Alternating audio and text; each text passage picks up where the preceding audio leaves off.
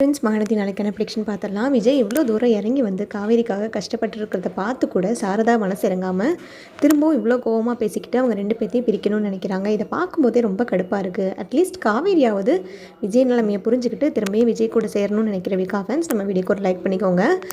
விஜயோட தாத்தா கால் பண்ணி விஜய் திட்டிருந்திருப்பாரு, நீ உடனே வீட்டுக்கு வந்தே ஆகணும், இவ்வளோ தூரம் வந்துட்டு நீ பண்ணுறது தப்புப்பா, கொஞ்சம் பிரச்சனையை ஆறப்போடு அப்படின்ற மாதிரி சொன்னதை கேட்டுட்டு விஜய் அதவே யோசிச்சுக்கிட்டு இருப்பார்.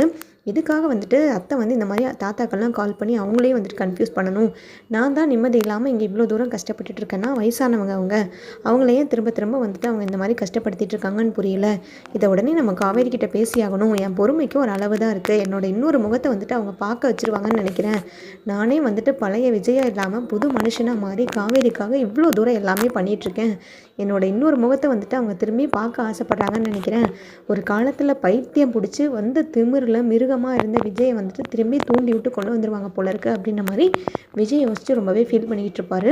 அதே டைமில் பார்த்தீங்கன்னா கடைக்கு போயிட்டுருக்கும்போது கரெக்டாக வந்துட்டு அவங்க எல்லாருமே வந்துட்டு ஆப்போசிட்டில் வருவாங்க.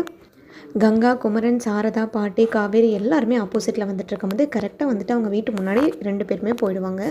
விஜய் போய் காவேரி கிட்ட வந்துட்டு பேசுவார். காவேரி என்ன பண்ணுற, ஏது பண்ணுற, எங்கடி போயிட்டு வர அப்படின்ற மாதிரி ரொம்ப கேஷுவலாக பேச உடனே சாரதா திரும்பவும் வந்துடுவாங்க. இங்கே பாருங்கள் தம்பி, நான் உங்கள்கிட்ட நிறைய வாட்டி சொல்லிட்டேன், இந்த மாதிரி வந்து பேசாதீங்க, தொந்தரவு பண்ணாதீங்க, நான் என்ன பண்ணுவேன்னு எனக்கே தெரியாது, இதேவே நீங்கள் திரும்ப திரும்ப பண்ணிகிட்ருக்கீங்க, எதுக்காக எங்களை தொந்தரவு பண்ணுறீங்க, நாங்கள் இந்த ஊரில் இருக்கவே கூடாதுன்னா சொல்லுங்கள், ஊரை காலி பண்ணிவிட்டு நாங்கள் போயிடுறோம், கொடைக்கானலுக்கே போயிடுறோம், அதுதானே நீங்கள் ஆசைப்படுறீங்க, எங்கள் குடும்பத்தை ஒழிக்காமல் நீங்கள் விட மாட்டீங்க அப்படின்ற மாதிரி ரொம்ப ஓவராக பேச உடனே விஜய்க்கும் கோவம் வந்துடும். காவேரி ஒரு நிமிஷம் நீ தனியாக அவங்ககிட்ட நான் பேசணும் அப்படின்ற மாதிரி காவேரி கையை பிடிச்சி அவங்க முன்னாடியே கூட்டிகிட்டு போவார். இங்கே பாரு காவேரி, என் பொறுமைக்கு ஒரு எல்லை இருக்குது, நான் உன்னை விட்டு போகவே முடியாதுடி, நான் இங்கே தான் இருப்பேன், இங்கே தான் இருந்தே ஆவேன், காலி பண்ண முடியாது வீட்டெல்லாம், உங்கள் அம்மாட்ட நல்லா சொல்லி புரிய வச்சிரு, என் பொண்டாட்டியை கூப்பிட்டு போகிறக்கும் என் பொண்டாட்டி மேலே உரிமை கொண்டாடுறக்கும் எனக்கு எல்லா ரைட்ஸும் இருக்குது, இதை தடுக்கிறதுக்கு யாருக்கும் எந்த உரிமையும் கிடையாது, என்ன நம்ம ரெண்டு பேத்துக்கும் டிவோர்ஸ் ஆகிடுச்சு, இல்லை இவங்க தான் பிரித்து வச்சிட முடியுமா புருஷன் பொண்டாட்டியை, அதனால் நான் பேசுகிறது எல்லாமே அவங்களுக்கு காதில் கேட்டுக்கிட்டு தான் இருக்குது, என் நிலைமையை சொல்லி புரிய வச்சு சரி நானும் தப்பு பண்ணிட்டேன், உனக்காக வந்துட்டு கன்வின்ஸ் ஆகி இறங்கி போகணுங்கிறதுக்காக தான் இவ்வளோ தூரம் கஷ்டப்பட்டுட்டு உன் பக்கத்துலேயே வந்து இருந்துகிட்ருக்கேன், உன்னை பிரிஞ்சு இருக்க முடியாமல், இதெல்லாம் புரிஞ்சுக்காமல் உங்கள் அம்மா பாட்டுக்கு பேசிகிட்டு இருக்காங்க அப்படின்ற மாதிரி சொல்ல உடனே காவேரி சொல்லுவாங்க, எங்கள் அம்மா சொல்கிறதுல என்ன தப்பு இருக்குது, இந்த நாள் வரைக்கும் நீங்கள் வெண்ணிலாவை வீட்டில் வச்சுட்டு தானே இருக்கீங்க, வெண்ணிலா அங்கே இருக்கும்போது என்னையே நீங்கள் யோசிக்கிறீங்க, உங்களுக்கும் எனக்கும் என்ன சம்மந்தம் இருக்குது அப்படின்ற மாதிரி காவேரியும் கேட்க, இதை ஏண்டி நீங்கள் திரும்ப திரும்ப கன்ஃபியூஸ் பண்ணிக்கிறீங்க, வெண்ணிலா வேறு நீ வேறு, வெண்ணிலாவே உன் சாப்டரை ஏன் வந்துட்டு எல்லோரும் கன்ஃபியூஸ் பண்ணுறீங்கன்னு எனக்கு சுத்தமாக புரியல, இப்போ கூட நான் உனக்காக தானே வந்திருக்கேன், வெண்ணிலா பக்கத்துலேயே உட்காந்துருக்கேன், வெண்ணிலா எனக்கு முக்கியம்னா நான் ஏன்ட்டு இங்கே வரணும், உனக்கு அது கூட புரியாதா அப்படின்ற மாதிரி கேட்க, எனக்கு எந்த எக்ஸ்ப்ளனேஷனும் தேவையில்லை, எந்த இதுவும் தேவையில்லை, எங்கள் அம்மா இங்கே வெயிட் பண்ணிகிட்ருக்காங்க, எங்கள் அம்மாவை கஷ்டப்படுத்திட்டு நான் எந்த டெசிஷனும் எடுக்க முடியாது அப்படின்ற மாதிரி கோவிச்சிட்டு உள்ளே போயிடுவாங்க. உடனே சாரதாக்கே ஒரு மாதிரி ஆகிடும். சாரதா எல்லோரும் வீட்டுக்குள்ளே போனதுக்கப்புறம் பாட்டி சொல்லுவாங்க, பார்த்தேலாம் அந்த தம்பி என்ன சொன்னான்ட்டு, அவன் சொல்கிறது தான் சாரதா கரெக்டு, புருஷன் முன்னாடி அவங்களே சேர்ந்து வாழணும்னு நினைக்கும் போது நம்ம பிரித்து வைக்கிறது மகா பாவண்டி, அதெல்லாம் ரொம்ப தப்பான விஷயம், அதுபோக நீ இவ்வளோ பேசுகிற அளவுக்கு விஜய் ஒன்றும் அவ்வளோ பெரிய பாவமும் பண்ணிட்டானோ இல்லை துரோகம் பண்ணவனும் கிடையாது, அவன் ரொம்ப நல்ல வண்டி, மனசு அவனுக்கு சுத்தம், எல்லாத்துக்கும் உதவி பண்ணணும், எல்லாரும் நல்லா இருக்கணும்னு நினைக்கிற குணம் கொண்டவன், அவனை கஷ்டப்படுத்தி பார்க்கணும், காயப்படுத்தி பார்க்கணும்னு நினைக்காத, நம்ம பிள்ளைக்காக தானே அவன் இவ்வளோ தூரம் தேடி வந்திருக்கான், என்ன சாரதா நீ இதை கூட புரிஞ்சுக்க மாட்டேங்கிறியே அப்படின்ற மாதிரி சொல்ல உடனே குமரன் கங்காவும் சொல்லுவாங்க, ஆமாம்மா நீ முதல்ல இவ்வளோ கோவப்படுறதை நிறுத்துமா, நீ ஏமா எதோ பேசிகிட்ருக்கேன், தாத்தாக்கெல்லாம் கால் பண்ணி அவங்களெல்லாம் கஷ்டப்படுத்துறது ரொம்பவே தப்புமா, அவர் தான் வந்துட்டு இவ்வளோ தூரம் உறுதியாக இருக்கார்ல அவரோட முடிவில், காவேரியை சமாதானப்படுத்தி கூட்டிகிட்டு போவேன்ட்டு, அடுத்தது வெண்ணிலாவோட பிரச்சனைக்கும் கண்டிப்பாக அவங்க ஏதாவது முடிவு எடுத்திருப்பாங்க, நீ ஏமா டென்ஷன் ஆகிக்கிற, தயவு செய்து எந்த குழப்பமும் பண்ணாதம்மா, இந்த விஷயத்தை கொஞ்சம் ஆறப்போடு, நீ கோவப்படுறத முதல்ல கட்டுப்படுத்திக்கோ, என்ன நடக்குதுன்னு மட்டும் பார்ப்போம் அப்படின்ற மாதிரி கங்கா குமரன் ரெண்டு பேருமே சொல்ல உடனே சாரதாக்கு கோவம் வந்துடும். கோவத்தில் அவங்க எதுவுமே பேசாமல் சடனாக வந்துட்டு உள்ளே போயிடுவாங்க.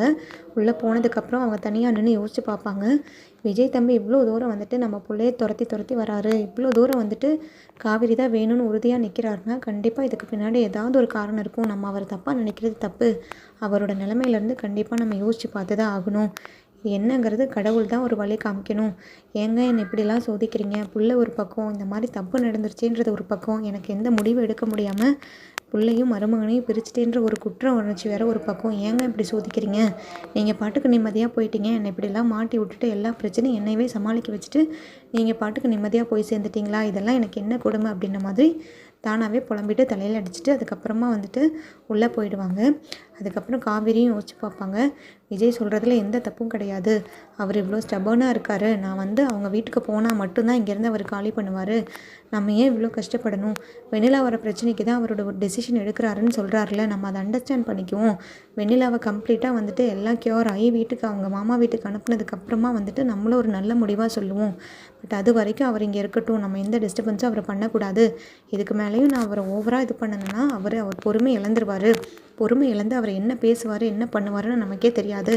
ஏன்னா அவரோட இன்னொரு முகத்தை நான் ஸ்டார்டிங்கில் பார்த்துருக்கேன்.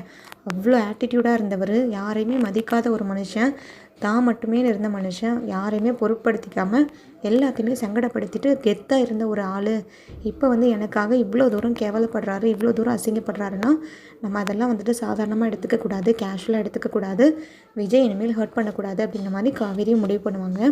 உடனே விஜய் என்ன பண்ணுவார், ஐயையோ அவசரப்பட்டு கோவப்பட்டுட்டேனே, இப்போ எப்படி சமாதானப்படுத்துறது?